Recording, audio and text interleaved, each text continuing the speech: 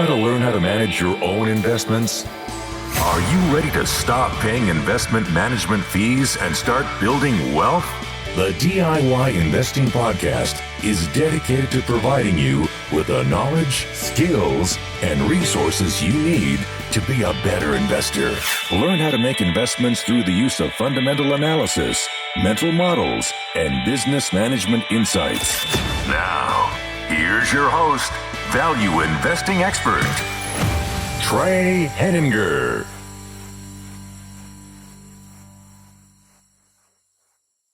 Hello and welcome to the DIY Investing Podcast. My name is Trey Henninger and I'm your host. Be sure to subscribe to the podcast for more great investing content. If you're listening on YouTube, also hit the like button on this video and any other platform. Your 5-star rating and review are a great way to support the show. Thank you for your support. So today's episode, we're going to focus on investing goals. At the beginning of the year, it's always helpful to consider goal setting and thinking about your investing process, thinking about what you are doing. And so as an inspiration for you to take this step for yourself, I'm going to talk through some of my investing goals for 2021. I think it's important to always be constantly improving your own process, but especially at the beginning of the year, it's helpful to take a moment to sit back, contemplate, and really think about what you need to learn each year. It's going to be different for everyone, so I'm not saying that you should copy my goals. My goals are going to be very situated towards my current state as an investor and where I'm trying to go forward, but I'm trying to use this as an example, and I'm going to also give some ideas towards the later part of the podcast as inspiration for you on maybe these goals don't fit for you, but some other goals that might help your process that I'm not necessarily setting myself. But let's talk through my goals. I'm going to try and keep this relatively short and focused. Keep this episode under, in that 20 to 30 minute time frame instead of some of the longer hour ones that I've had before. And so let's dive right on in. The first goal that I have for 2021 as an investing goal is I want to identify 2 new companies worthy of holding a 20% position in my portfolio. So for those who haven't listened very long, I am a concentrated investor. I like to hold 5 stocks in my portfolio, starting them around 20% each. And so what I'm doing with this goal is I'm saying I'm looking at portfolio turnover of about 40% this year because I already have a fully invested portfolio of 5 stocks. And so I want to identify 2 new companies that are worthy of entering my portfolio at a full 20% position. And so that's really setting this overarching theme for my research this year. I need to be doing research on high quality companies. I need to be doing research on companies that are not just a good deal or a good price, but they need to be a great price. They need to be great quality companies. They need to have great management. Because in order to earn a 20% position in my portfolio, they have to be top-notch ideas. They have to be top-notch stocks. And not only do they have to be top-notch, but they have to be better than what I already own, because what I will be doing is replacing 2 of the 5 stocks I have in my portfolio with these 2 new stocks. And so what I'm really trying to do is upgrade my portfolio this year. I'm trying to find a way to make it even more attractive for my future returns, trying to optimize and reduce risks. And I've actually already identified the 2 of my 5 stocks that I want to get rid of this year and which stocks those are that I'd like to sell. And basically, I always advise that you should have your entire portfolio and your watch list ranked in order to know which your stocks are your favorite, which stocks are your least favorite. So, as a 5-stock portfolio, I know which stock is number 1, which stock is number 2, 3, 4, and 5.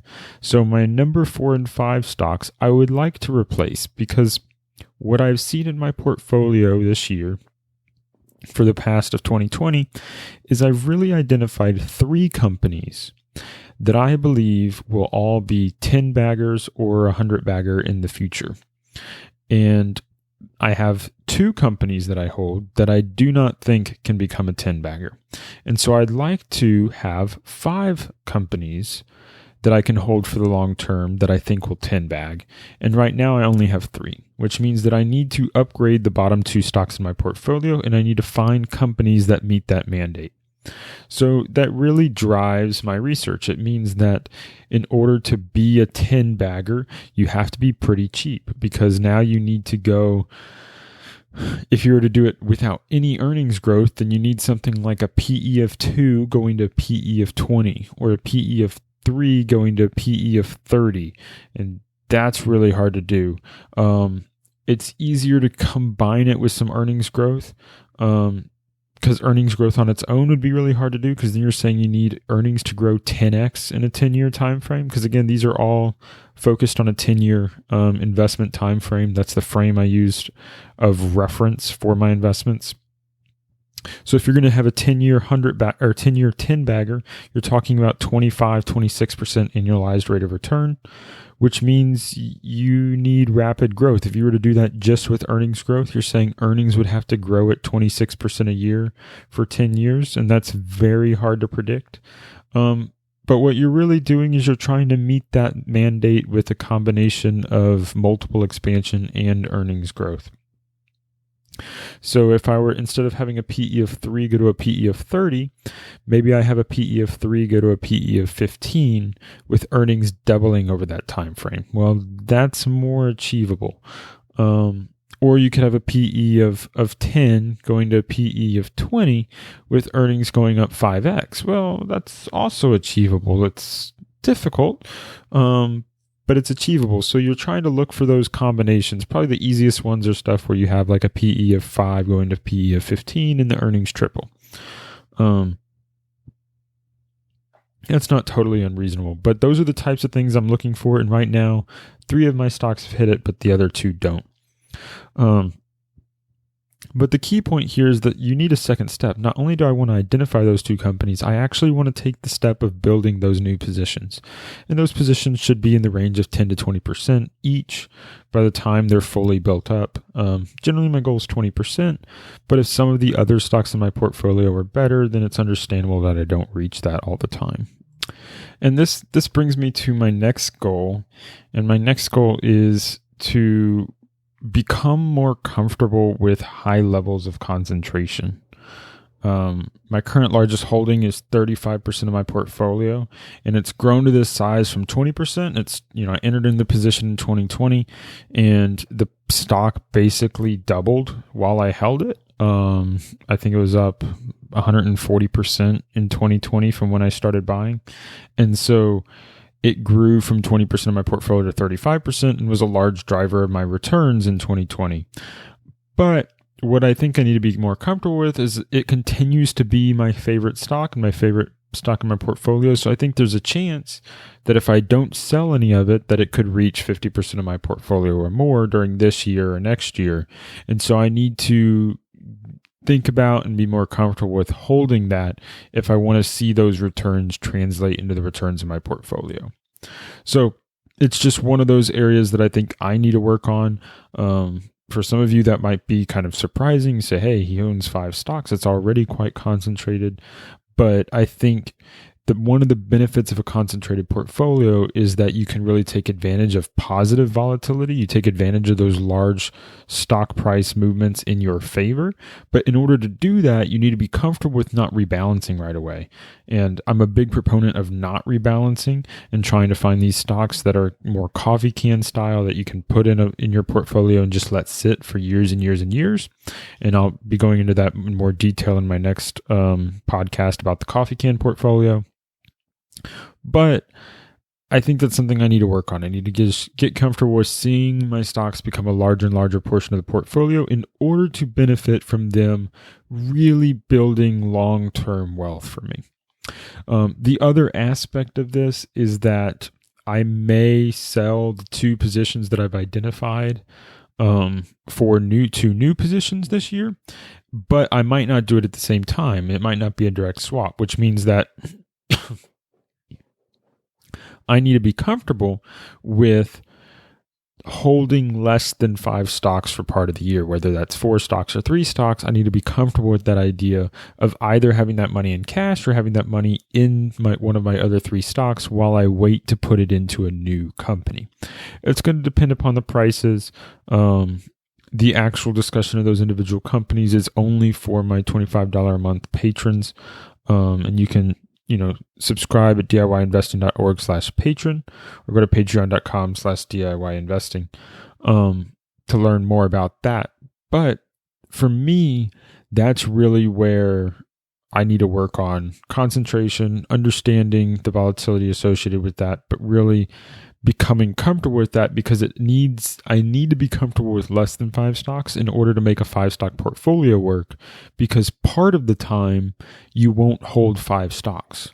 Maybe you'll hold more, maybe you'll hold less, but I'd prefer to hold less and concentrate than hold more and diversify, because I think that dilutes my returns. So returns. This brings me to my third goal for the year, and this is probably my weakest goal of the list because it's not a process goal, it's a results goal. And the results that I'm seeking in 2021 is to earn a 20% annual return or higher for the year. I use absolute rate of return as my metric, and I'm not looking to be relative to the S&P 500, but it is something that I've started tracking simply for education's sake and information. You see, in 2020, I earned a 22% return on my portfolio, and I beat the S&P 500 by 3.7 percentage points. You can read the full annual letter that I wrote up about my returns this year, and I will link that in the show notes if you'd like to read my annual letter talking about, what I did as part of earning that 22% annual return in 2020. But I think that I should be able to match or exceed that return again this year.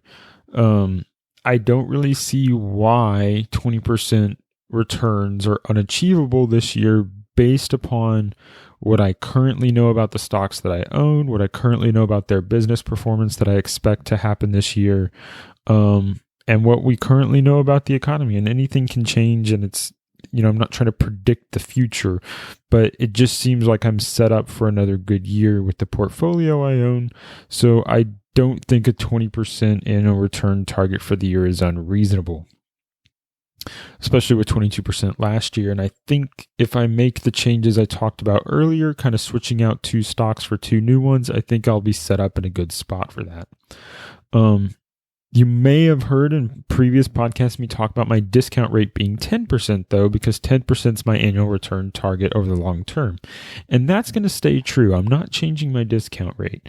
And I'm not changing my discount rate because I don't think 20% annual returns are achievable generally if you only look at cash flow based returns from most companies. And so my 10% is only for the fundamental analysis portion of my stock analysis. However, one of the things I really grew into and focused on in 2020 was identifying the possibility for multiple expansion in my businesses. Trying to identify companies that could earn me 10% solely from their cash flows, but could earn me an additional 10% plus from multiple expansion. And so that's where it's not just saying, okay, this company has 10% earnings growth. That's great. But this company has 10% earnings growth and they're trading at a PE of 5, and that PE of 5 should become 10, 15, or 20. When you combine the two of those, you really have the opportunity for substantial returns. And I think that really the strategy there, known as the Davis double play, is something that has become to appeal to me more and more, such that I'm keeping my discount rate of 10% the same, but I no longer am stuck with just that. I'd like to add additional cash flows from multiple expansion. And that's more speculative, so I'm trying to capture both the investment component and the speculative component, but I think it can pay off well. And I don't think, as long as I maintain the investment component, that I am speculating. It's just more setting myself up from positive optionality, positive surprise.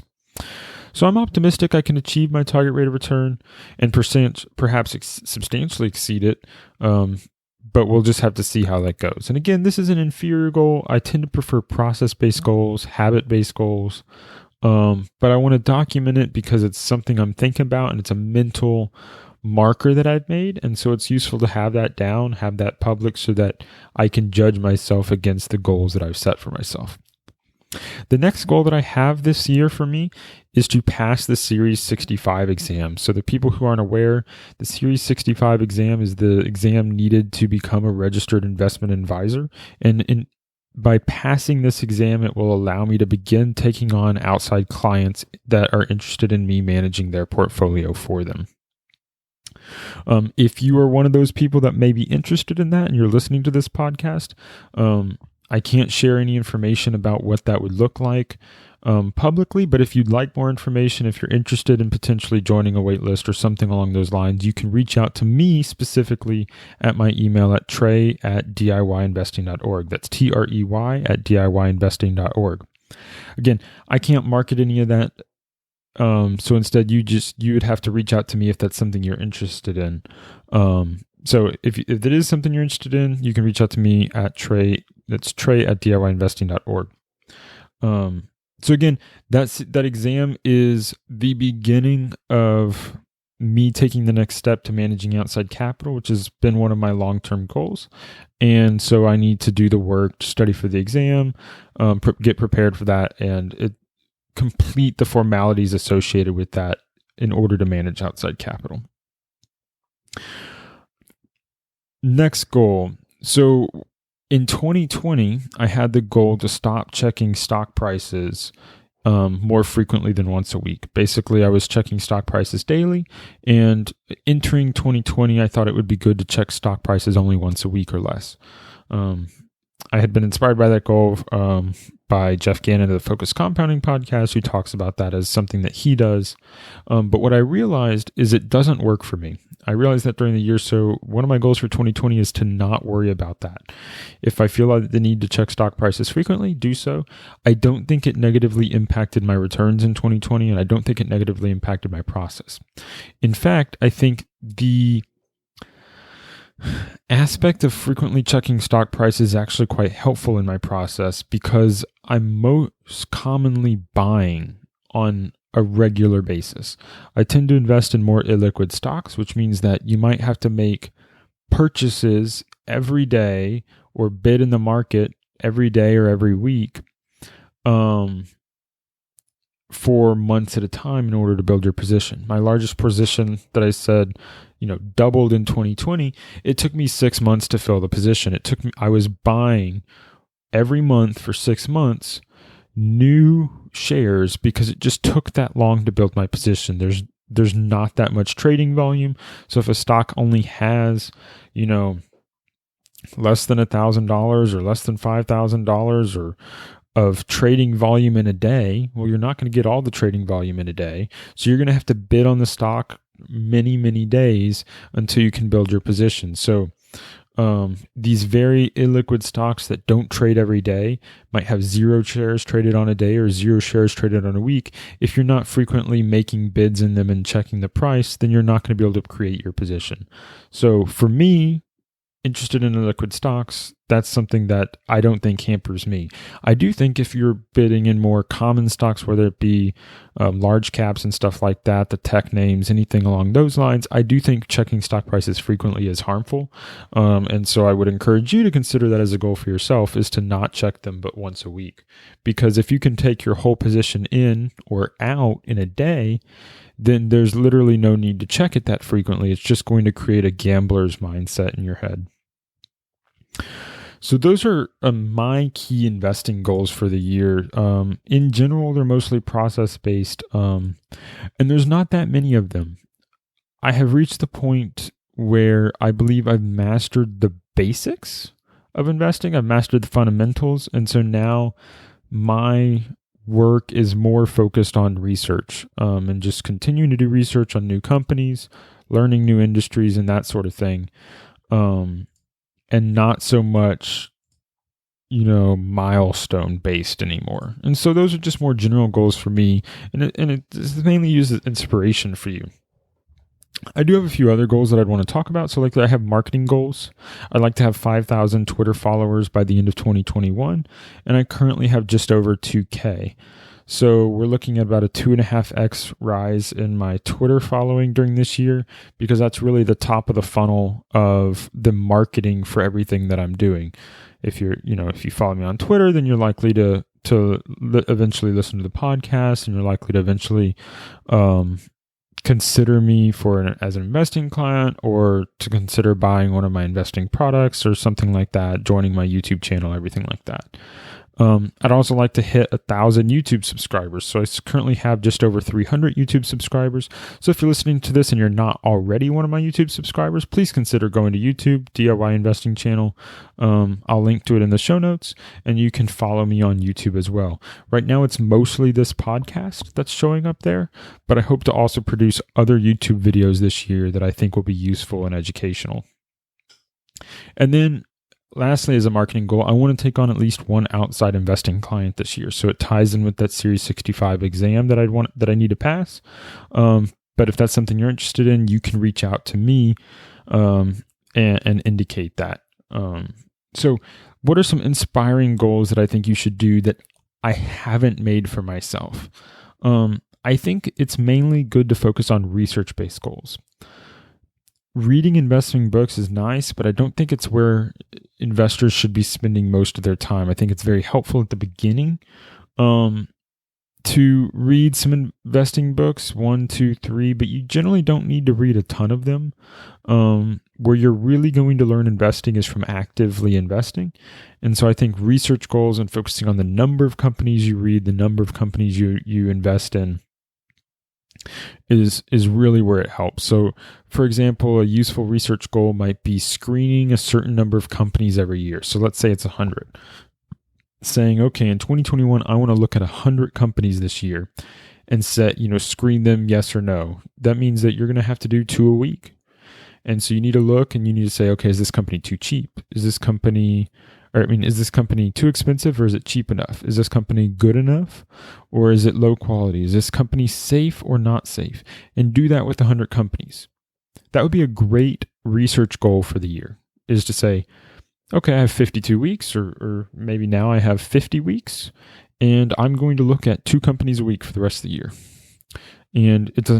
And you might do a company in 10 minutes and say, oh, it's obvious this is expensive. Or it might take you a few hours or longer to determine whether the company's worth considering more. And so it's just screening. So screen 100 companies this year. Another idea is to write up 12 companies this year. That's 1 per month. I think that's a reasonable goal, especially for someone who hasn't used to doing that. It's a goal that I probably should be doing myself, is to write up, at least 1 company a month. And so I think that's a good one to adopt. If you don't have an investing journal or you don't have an investing blog, you should start one. I always recommend that. I think it's great to document your thoughts, and share them with others, because they will help you get better as an investor if you put your work out publicly. So write up 1 company a month. Even if you don't buy it, write up a company after you've done sufficient research, because it will improve your investing skill. And the last area of research goal that I think is something that you should consider is reading a 10K a day or reading a 10K a week. Either of these 2 are good metrics, depending upon if you're a full-time investor or a part-time investor, or how much time you have dedicated. A 10K a day is reasonable or not reasonable. If you're a full-time investor, reading a 10K a day is probably the goal you should make. If you are a part-time investor, or doing this alongside like a full-time job, then reading 1 10K a week is a very good metric to have, because then you're going to hit 50 a year, and then that will be part of your screening process, part of your sorting process. And I think if you were to read 50 10Ks in a year, 1 a week with 2 weeks vacation, then I think you're really set up well to come up with investing ideas. And those are the sorts of things that I'm using when I say I want to identify 2 new companies worthy of buying a position this year. For me, it's already part of that process. I've already kind of captured and solidified some of these things, but that's where you really start, is because I know how many companies I need to look at in order to find 2 that I want to buy, but you might not know that yet. You might not know the amount of companies you need to see. So just set goals of how many companies to review. And don't set any specific goal on how many companies you need to buy. Just say this is how many companies I'm going to review. And if you keep doing that and you do it diligently, you're going to learn, you're going to get better. And that's really what you want to do as an investor. If you're constantly learning and you're compounding your knowledge, then you're going to eventually be able to compound your money. But the knowledge comes first. The knowledge and the skill comes first. So those are my investing goals for 2021. I hope they're inspiring for you. I hope they show you that everyone is on a journey. We're all in different parts of our own journey. You should not compare yourself to me. You should not compare yourself to the people you see online. You should compare yourself to where you were a year ago, where you were 5 years ago, where you were 10 years ago. Focus on compounding your personal goals and your personal knowledge, and don't focus on comparing to me. I'm just trying to show you that some of you might be inspired by what I'm doing. Some of you might be looking up to the things that I'm doing. I don't know. But what I'm trying to show you is I have lots to learn. I have different things that I'm working on. Everyone is working on something. We're not perfect. We have areas that we need to improve. And so I think just being open and about where I'm trying to improve, what I'm working on, I think is helpful. So hopefully you find that valuable. Thank you for listening to this podcast. Tune in to the episode next week for Coffee Can Portfolio is what I want to talk about next week. And I think that's going to be really interesting because I'm adopting a lot of those possibilities in my current strategy. So full show notes for this episode and every episode of the podcast can be found on my website at DIYinvesting.org/episode 107. And you can just type in episode versus episode number for any episode you want to watch. This is a listener-supported podcast. If you've gained value from today's content, please consider supporting the show financially as a patron. You can become a patron at DIYinvesting.org/PATRON. Thank you for listening, and until next time, stop paying fees, start building wealth.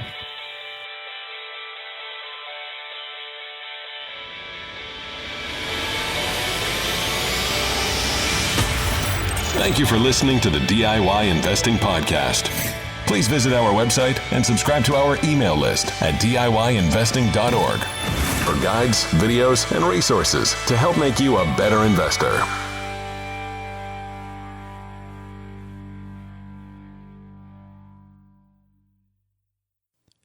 The DIY Investing Podcast is presented for general informational and entertainment purposes only. I have not considered your specific situation or risk profile, and I have not provided investment advice. The information presented on the DIY Investing Podcast should not be construed as investment advice. The views and opinions expressed on the DIY Investing Podcast are those of the participants and do not necessarily reflect those of the show's host or sponsors. DIY Investing, its producers, sponsors, and host, Trey Henniger, shall not be liable for losses resulting from investment decisions based upon information or viewpoints presented on the DIY Investing Podcast.